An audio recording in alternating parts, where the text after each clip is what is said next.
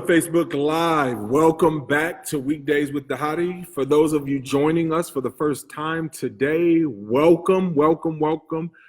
I get on Facebook Live every single day, every weekday at 11 a.m. Eastern Standard Time to add biblical and balanced perspective to current events. And this is, today we're going to be talking about, we've been in a series in the midst of this COVID-19 pandemic. I think we're in day 79 of this pandemic, but we are ultimately in day 2 of a pretty much day all the way from May 31st down to the end of August. The end of July, where we're going to be talking about this, the issues, the thing that divide. And when we named this series Our Cry Out, or Our Cry, this idea of an authentic lament in the face of an injustice. And so yesterday we talked about a little bit about just the idea of what does it look like for us, specifically as a church, to grab the mic, to leverage our platform, to bring biblical and balanced perspective, to put on display how we have honest conversations about the world that we live in. And so we talked a little bit about lament and the call to corporate lament and our ability to cry out and to lament together. A few weeks back, I literally talked about this idea of lamenting and crying out. And it's really, really important for us to do that, and that for us to do that corporately. The first thing that we need to do is that we need to feel our sadness, feel the grief that we have individually and corporately, collectively. And then we need to make a decision that we're going to be advocates. And then after we make that decision, we got to create a plan and then execute the plan. And so from May 31st all the way to July 5th, every day except Saturday, the Lord rested, and that we're going to have a discussion. We're going to talk to some degree about some of the different themes, topics that we're going to be talking about. Today, I got a special guest that's going to help tie in. It's not directly related to the subject matter, but it is directly related to kind of what we're going to be talking about today. And so I'm really, really excited to bring on Patsy and EJ today to talk a little bit about that. But let me just frame a little bit before they jump on. The topic that I'm going to talk about today is something that I feel that is grieving a lot of people, especially minority people, oftentimes. And it was something that we touched on yesterday in our time on Sunday. It's why isn't everybody crying? Why isn't everybody crying? Like taking the time to lament. This has been something that's impacted all of us. And I just really think that it's important for us to begin to frame, because the Bible tells us to rejoice with those who rejoice and grieve with those who grieve. And this is a time that we are grieving. Many of people in the body are grieving. But the question is that many of us are not grieving. So I'm going to first just because what we're talking about is the issue of empathy. We're talking about the issue of empathy. And so I want to show quickly a Brene Brown video that talks about empathy. And then I want to talk a little bit, and I'm going to have Patsy come on, and we're going to share a little bit about that. But then we'll talk about why isn't everybody grieving. So let me go ahead and start with this, showing you guys this video from Brene Brown about empathy.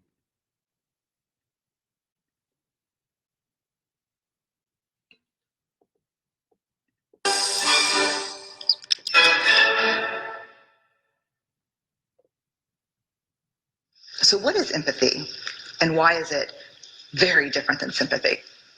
Empathy fuels connection. Sympathy drives disconnection. Empathy, it's very interesting. Teresa Wiseman is a nursing scholar who studied professions, very diverse professions where empathy is relevant, and came up with 4 qualities of empathy. Perspective taking, the ability to take the perspective of another person or recognize their perspective as their truth. Staying out of judgment, not easy when you enjoy it as much as most of us do. Recognizing emotion in other people and then communicating that. Empathy is feeling with people. And to me, I always think of empathy as this kind of sacred space when someone's kind of in a deep hole and they shout out from the bottom and they say, I'm stuck, it's dark, I'm overwhelmed. And then we look and we say, hey, climb down. I know what it's like down here, and you're not alone.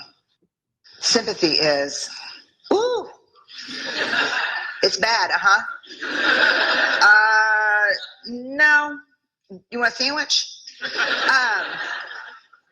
Empathy is a choice, and it's a vulnerable choice, because in order to connect with you, I have to connect with something in myself that knows that feeling. Rarely, if ever, does an empathic response begin with "at least." Yeah. And we do it all the time, because you know what? Someone just shared something with us that's incredibly painful, and we're trying to silver lining it. I don't think that's a verb, but I'm using it as one. We're trying to put the silver lining around it. So I had a miscarriage. Oh, at least you know you can get pregnant. I think my marriage is falling apart. At least you have a marriage. John's getting kicked out of school. At least Sarah is an A student. But one of the things we do sometimes in the face of very difficult conversations is we try to make things better. If I share something with you that's very difficult, I'd rather you say, "I don't even know what to say right now. I'm just so glad you told me." Because the truth is, rarely can a response make something better. What makes something better is connection.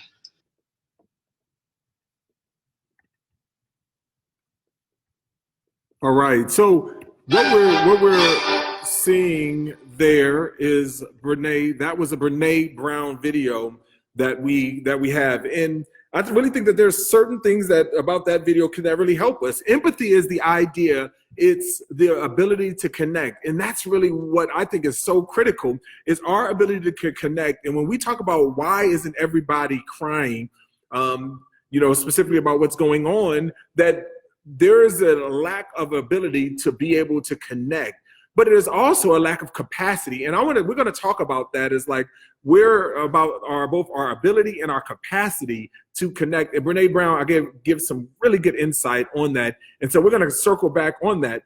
However, today I want to talk for a little bit before we jump into that to Patsy and EJ. And they're going to come on in a few seconds, just talking about this idea of what does it look like for us to empathize, and the things that we empathize, and why we empathize with who we empathize with. And so we're going to be talking to them about that. And I think it's really, really important for us to understand that, both from an ability standpoint and a capacity vantage point. So welcome, Patsy and EJ, to the stage. And let me just kind of set it up for you guys. This is two people that I love, or the Blueprint family loves. It's someone that I know that I hear timers going off all the time, every day when I'm with people in the Blueprint family. I'm reminded to be praying for EJ on a daily basis. For me, it's 8 a.m. and 8 p.m. I'm consistently praying for him, and but I know that they are doing the hard work. They are doing the hard work. It's people I respect dearly, and and we're with you. We're with you. And so today is the first day of the fourth quarter. Where we are. Patsy, for those of you who don't have context, can you just give a little context about kind of it's the first day of the fourth quarter of what? What am I talking about? So for the process, they deemed the first 180 days as like the most critical days for watching out for like rejection and graft versus host disease. That's where Jesse's blood would take over EJ's body. And let me just say, what we're talking about specifically, again, for context, is that like sickle cell and him doing a procedure to rid himself of that. So so just a little bit about that, and then the procedure, just to give people context that don't know about that. Okay. So the procedure itself is a lot like how you would get rid of leukemia, cancer. So they go in, they give you a lot of chemo to break down your bone marrow all the way.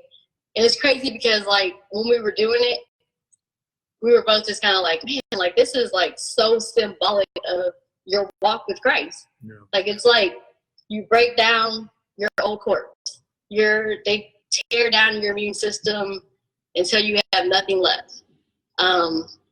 They do that so that his body won't be able to fight Jesse's cells whenever they come in. Yeah. His sister. Yeah. So his sister was his donor.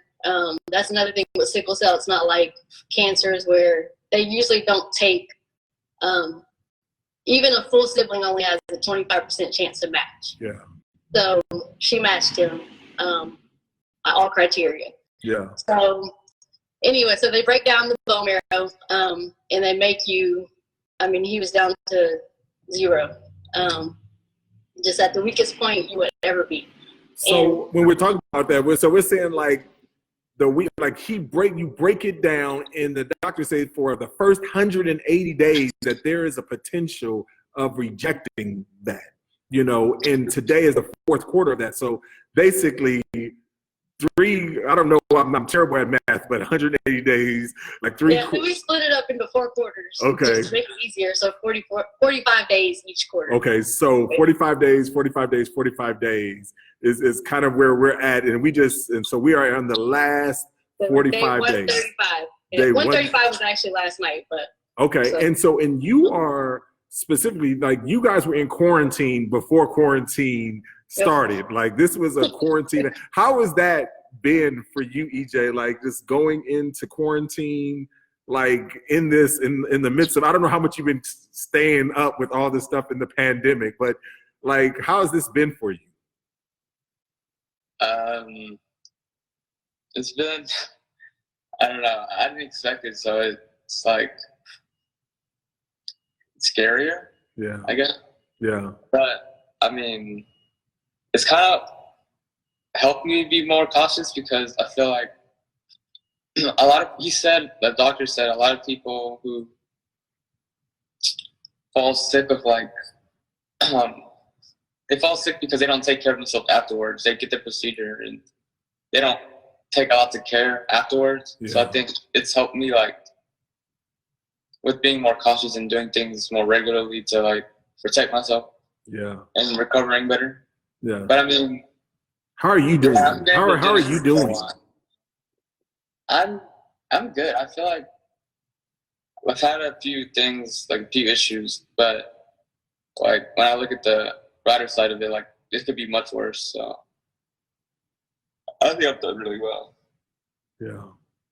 Well, like, I mean, going through this is something that, like, I know that can be so isolating and so lonely. Literally, I don't know how much contact that you've had outside of your immediate family, 0. Yeah. So like, I mean, like, how has that been? Huh? Doctor appointment. Doctor, a nurse, and my family. Yeah. Yeah. So just they kind of get the therapy out, Yes.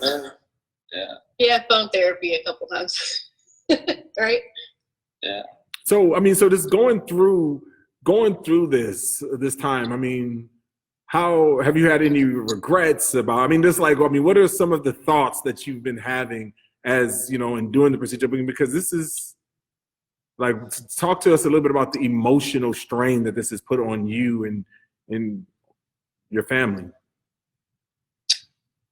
It's put a lot on my family, but for me, exactly. I mean, there were some days like where it would get to me and I wouldn't see like the bigger picture. But I mean, my mom's a really good person and she always tries to bring that out of me. And I think in the early beginning, I had a lot of faith about how I thought it would be a lot easier in a way. You had so much faith that it was like, I'm going to fight through this.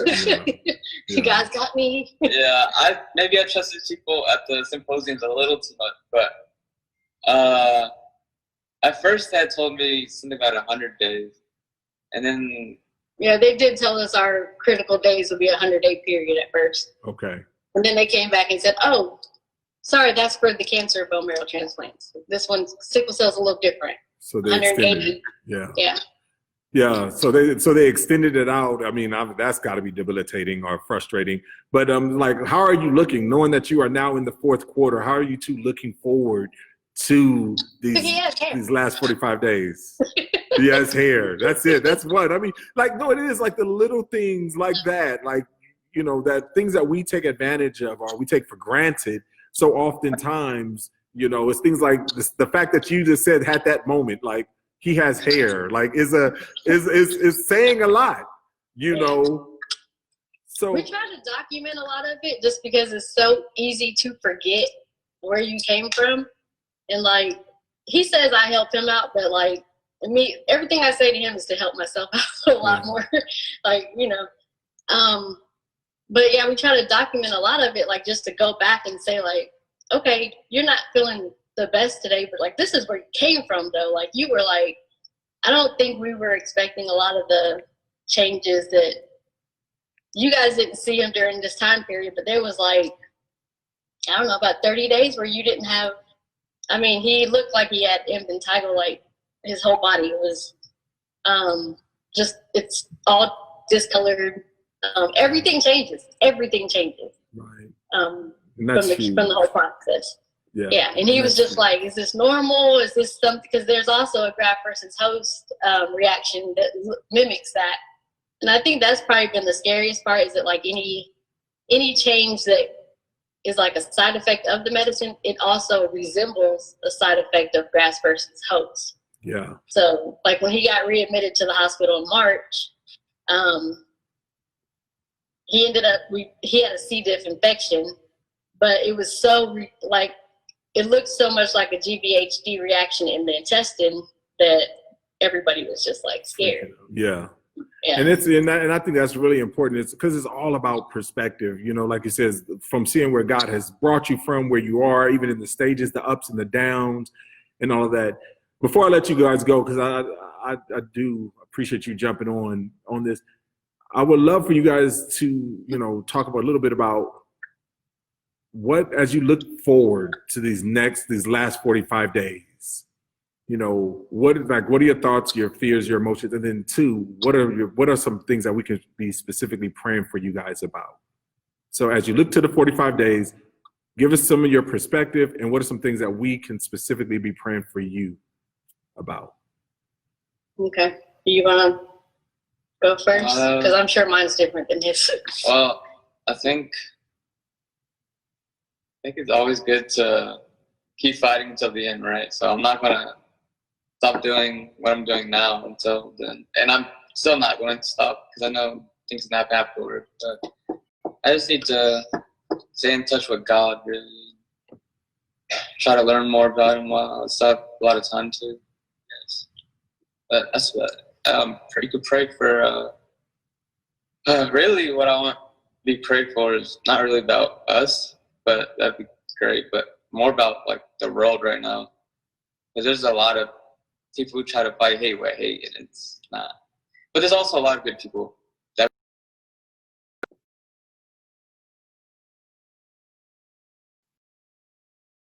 Look at the on my screen. Let's see what's happening. Did we freeze up? Yeah, you froze, but now you're back. Go ahead, you're back. Yeah, quarantine internet is not. Right, quarantine internet is not good. Yes. So what I was saying was that I realized, like, on our downtime, I got to know him a lot better, and didn't much. All of the racism, all of the political stuff. I mean, yeah, this is my kid that'll fight all that stuff with me. So we pour out our like anger and hurts and everything on each other a lot. Yeah. So yeah, that's really bothering him. I mean, it's just like, man, like what? I don't know. I think from his perspective, it's just kind of like, man, is this the world like I'm looking forward to getting back into? Like, it's crazy out there right now. And that's just so encouraging, because I mean, even I remember when we baptized you before going into this, your concern was not on your own self, it was on others. And even in the midst of it, going into the fourth quarter of this time, is still keeping that focus. Thank you for being consistent. Thank you for continuing to press in, you know, to the Lord and being others focused. And we will be lifting you up, and hopefully we'll continue to talk about how do we, you know, have a better world when you are able to come back out and, you know, and like talk through you know, some of this stuff that, like you said, fighting hate on hate is not the right way to go. And so we'll be praying for you guys. I really appreciate it. Again, I won't hold you guys too long. And thank you for taking the time, joining. We love you guys. All right, thank you. Love y'all. All right. Bye. See ya. Bye. Bye. So that was Patsy and EJ, and they are two people, again, that we sincerely love and that we sincerely respect. And, you know, this has a lot to do and everything to do with what we're talking about today. The idea of why isn't everybody crying is critical. The ability to be empathetic is critical. This is the stuff of the reason why I showed you the Brene Brown video at the very beginning, and this is the reason why we're talking about what we're talking about today. There is a reason why our hearts cry out for Patsy and EJ, right? And the reason why is what we've been saying and what I talked about yesterday. There's two reasons. A problem is not a real problem unless it's your problem. And something becomes your problem for one or two reasons. One is through proximity, and the other thing is relationship. This is important for us because my heart cries out, and even to the point where when I'm hearing EJ talk, I'm like, all right, I'm sorry, you guys. It's the enemy. Boy, I tell you, that enemy don't want us to do well in here. And so I'm going to do my best to recap kind of what we've been doing today. And again, we'll try to bring these videos together. What's up, Vicky? Glad you're able to come back. I'm sorry, my internet just kicked me out. I don't know why it kicked me out. So anytime we got some good stuff going on, talk about good things, it always kicks us out. Again, you know, today basically we're talking about our cry, right? An authentic lament in the face of injustice. And you know, specifically I want to talk about why isn't everyone crying, you know, and just talking about the idea of lament, and that we have called to rejoice with those who rejoice, but grieve with those who grieve. But one of the biggest problems that we've had is that all of us, like, especially around the minority culture, and as we see the majority, that we don't feel like everyone is grieving. Everyone is not torn up about this. And, you know, and so I tried to show the Brene Brown video to give us some perspective on this, you know, and just the idea of an empathy, that this is about empathy, and empathy is a biblical thing. This idea of, and comparing and contrasting empathy versus sympathy. And in there, Brene Brown talked about perspective taking, staying out of judgment, recognizing the emotion within others, and being able to communicate to that. And I think that is something that is critical for us, you know, in order to do that. And so we talked about that. But then I wanted to show you, by bringing on Patsy and EJ, because what they brought to the table is giving us a reason why Blueprint Church is grieving with those who grieve, who are rejoicing with those who rejoice. And, you know, but understanding that we all have limitations. Part of the reason why I'm wanting to talk about why isn't everybody grieving, it's both because of a capacity issue and an inability, you know, issue. Part of our inability issue is because of our division and our divide. Oftentimes, and I said this yesterday, that we say that the dividing marker is the 11 o'clock hour on Sunday, but the true dividing marker is our living rooms and the dinner tables. What I mean by that is, how many relationships do we have do we go cross-culturally, where we're really empathizing with people? We're really getting on a heart level with individuals of people who don't look like me, talk like me, and act like me. And I think that is something that is so critical for us. And so when we talk about why isn't everybody grieving, it's because our relationships are not diverse. Our living rooms are not diverse. And so people, literally, there's certain people that I've talked to that don't even know stuff is going on. You know, people who are not in the news, people who are not, there's just like, so what's going on? What's happening? And like being able to have to explain that is really, it's interesting. However, we need to understand that we all have a capacity when it comes to this. There is a reason, and I've said this all over and over again, there is a reason why many of us did not get up and we did not grieve. We did not even talk about, we did even not think about the stuff that's going on at our borders, right? And, you know, moms being ripped away from their children, families being ripped away from their children. There's a reason why we didn't wake up, that we were talking about the stuff that was going on in Syria or Iraq, or there's a reason why all these things that did not taking place. Part of that is because of capacity. I say that for a couple of reasons. One, we who are feeling deeply about this, who are angry about this, is that we are rightful to feel angry and deeply and to grieve the stuff that we're going on. And like Wesley talked about yesterday, part of it is that God is allowing us to feel these things on a deep level so that the prophets out of our body can raise up and speak to it and call people to the injustices that are taking place. And when we're able to call people to the injustices that are taking place, we need to understand that we are calling people to people who may not have the same grief that we're having to those injustices, right? Or the same exposure, or the same hurt, or the same pain that some of us that are having. And so it's important that we give grace to those people that are not, who did not wake up naturally and feel the pain or the grief. For us, as specifically as minorities, or even those who have been impacted, to not have fatigue and to continue to speak up in these areas. But it's also equally important for those who are the majority culture to not be fragile, to think that I'm going to go into fight, flight, or freeze mentality and not engage because of I don't want people to have a certain perspective, or I don't want to say the wrong things. So it's really important for us to understand to these things, and so we have to be able to engage holistically around these things. And so that's really a big point. I think it's a big point for us to do, so that we all don't have the capacity to engage. So what I'm saying is just because someone is not engaging does not mean they are complicit, right? It does not mean that they are even for it. Like it does not mean there's a lot of things. So we have to give the people the benefit of the doubt to be able to speak in to it. And even if people don't get to the same level of anger, does not mean that they don't care. And I just said, like, in this conversation, it is important for us to recognize that, right? It is so important. And I know this is hard. This is not easy to say, because I think that everyone needs to care, because this is an important issue that is affecting many, many, many lives.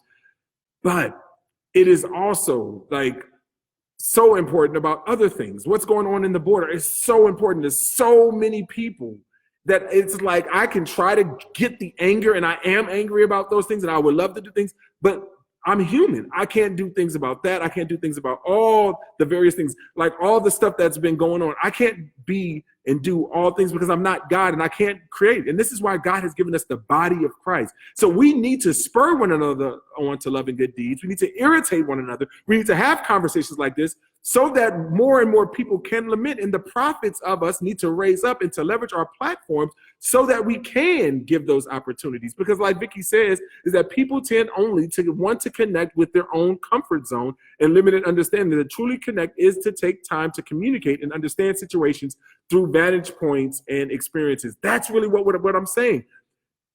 But we're not going to naturally do that. How can people know unless God raises up people like you and me to speak to those things? So we got to be able to speak to the injustices, and we got to be able to point people to these injustices. However, it's not like everybody is not going to automatically embrace it in the same way that we have. And it does not mean that they're racist, and it does not mean a lot of things. So we do gotta call people out of our comfort zones, because we all have that comfort zone. But we also have to have grace if people are not having the same anger and fury that we may have of those who are being directly affected. In the same way, you're not angry about the stuff that's going on in Australia. Like, you're not even researching some of the stuff unless you have Australian friends that are being directly impacted by that. And then once you have Australian friends that you're connecting to in relationship, then you may have some deep feelings about that, because you have deep feelings about that person. So that's what we're talking about. A real problem is not a real problem until it's our problem. And something becomes a real problem through relationship and through proximity, right? There's certain things in our neighborhood in the fourth ward that you don't even know about, that you're not even grieving about. But it's if I want you to start grieving about that and to grieve with me around those things, then I need to be the prophet that God is raising up, so that you guys, to give you the opportunity to grieve with me. Right? But you're going to agree with me because of your relationship and your concern and your care for me. And so I just think that that's really important for us to understand that as a whole. Patsy says this, it has been very tempted to check out this week, but that's not fair to our brothers and sisters who need us as allies. Yeah, and I think that that's an important thing, Patsy. That's the idea of being an ally, right? And that's where the corporate lament, the collective lament is important for us, is that we are speaking out to one another to create. Like, I wanted to create a platform to remind us that we are grieving with you, Patsy. We are here with you in the midst of the COVID-19 pandemic. In the midst of all this, we're still praying with you. We're still concerned because you're family. And we're concerned for our family in our church. And so we need to speak out. And I wanted to remind Blueprint Church, keep praying. Keep praying for our brothers. Keep praying for our sisters. And that's so that we can lament together, cry out to God together for that. And that's where God gives us all platforms. So I asked the question in yesterday's sermon, what would we do if we had the mic for a day? How are we leveraging our platform so that people can speak out, so that people can cry out? And so over these days that we're crying out, the question is how are we lamenting? How are we grieving collectively? How are we leveraging our platforms for the purposes of, for God's glory? And I think that is so important, because the temptation is for us to check out, as Patsy said, but we have to be able to stay engaged. And I'm speaking to you, if you're a minority out there, and if you are growing fatigue about having these conversations, like, I just want to encourage you to stick in it, stay in the fight. Like, keep crying out. Don't allow your lament to go silent. Right? Whether you're a minority or anybody, keep crying out.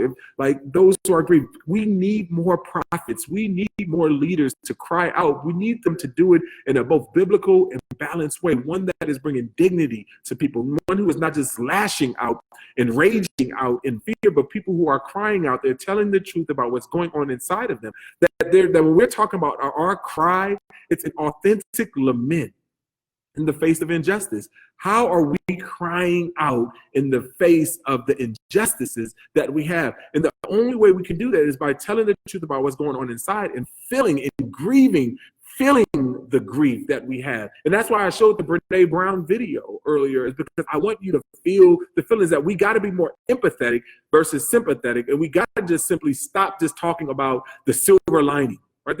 There's not always a silver lining in things, but the way we get over and beyond these types of things is by having connection. We gotta face our limitations. We gotta recognize that we all are limited. We can't have the capacity to cry out about everything, but those things that are close to us and near to us, both relationally and through proximity, is so critical, and that becomes the boundaries of our cry.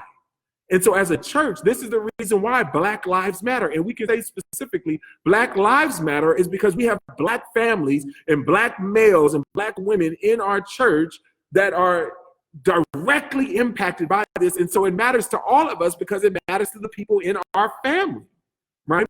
But it's not to say that Mexican lives don't matter, because we do have Mexican lives and all those things. But we need more Latino brothers and Mexican brothers to raise up. And again, it doesn't mean that only that if you are of the same race, but again, there's so many issues that are going on in our society. That's why God gives us the diversity, and that's why he gives us the beauty and the complexity of having a multi-ethnic, multi-generational church. But we need our prophets to raise up in our church so that we can all grieve collectively together. But it's hard for me I can't grieve for everything that everybody is grieving. We have over 320 covenant members in our church, and I can't grieve on all things. Think about the density, the complexity of how many things that people are grieving about, right? But when things come to the national spotlight, it is important for those who are grieved to raise up as prophets and call people to shed light on those things. But if we grow fatigue in that, then what we end up doing is that we lose voice, right? And this is why rioting ends up happening. And this is what we talked about, that riots are the voice of the unheard.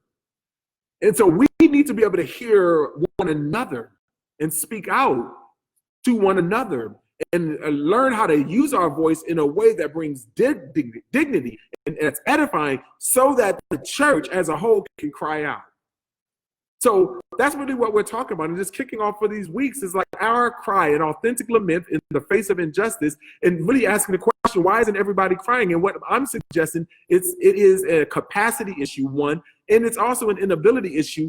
Part of our inability is because our relationships are not diverse, our dinner tables are not diverse, our living rooms are not diverse, the people who we go deep with are not diverse. So there's not a genuine passion. And when there's not a genuine passion, it keeps us from truly and authentically being present, and it takes us to performance. And so now what we end up doing is that we try to think, and it's a form of codependence.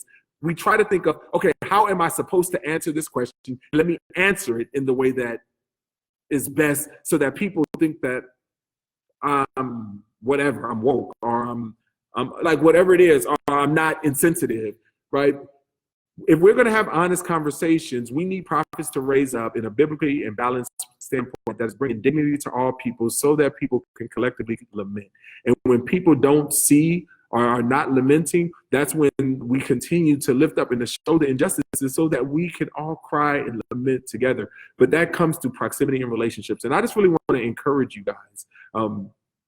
Again, this is going to be two parts. We'll bring these back together. I'm sorry that the internet, again, messed up on us, but we'll, like, looking at the Brene Brown video, looking at the Patsy and EJ video, and just kind of talking about, like, we lament as a church for them because they are family. We lament for the state that's going on about the injustices because these are impacting us. These things are happening in Georgia. These things are happening in America. These things are happening, here.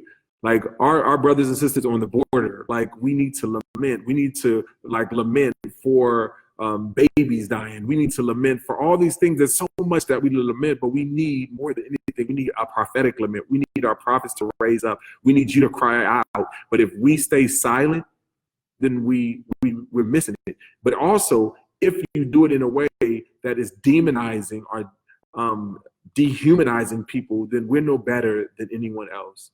So we got to recognize that there's the imago Dei in all people, even in the people who we disagree with. And we got to create spaces for authentic lament, authentic cry out, so that we can not put our fists up ready to fight for one another, or flee or freeze. But we, out of the fear that we have in these types of situations, we need to be able to empathize with one another. We got to tell the truth about what's going on inside. And the way we are able to tell the truth about what's going on inside is by hearing the stories of one another. And so I just really want to encourage you, Blueprint Church, in this way, that as we enter into these next few months, that we would begin to take hold of this in a way that we would use our platforms to cry out, because everybody has a voice and everybody has a platform, and God has given us the voice and a platform so that we can cry out. This is a platform for all of us as a church to do that. So it's really important for us to do that. Tomorrow we'll be talking about a generational lament, and just talking about that. Like, this has, to some of the people, is reminding us of 1968. And so we'll talk a little bit about that. So I love you guys. Appreciate you. Come back. Point people to these videos, and we just want to be able to have real talk around these issues. So love you guys. Talk to you soon.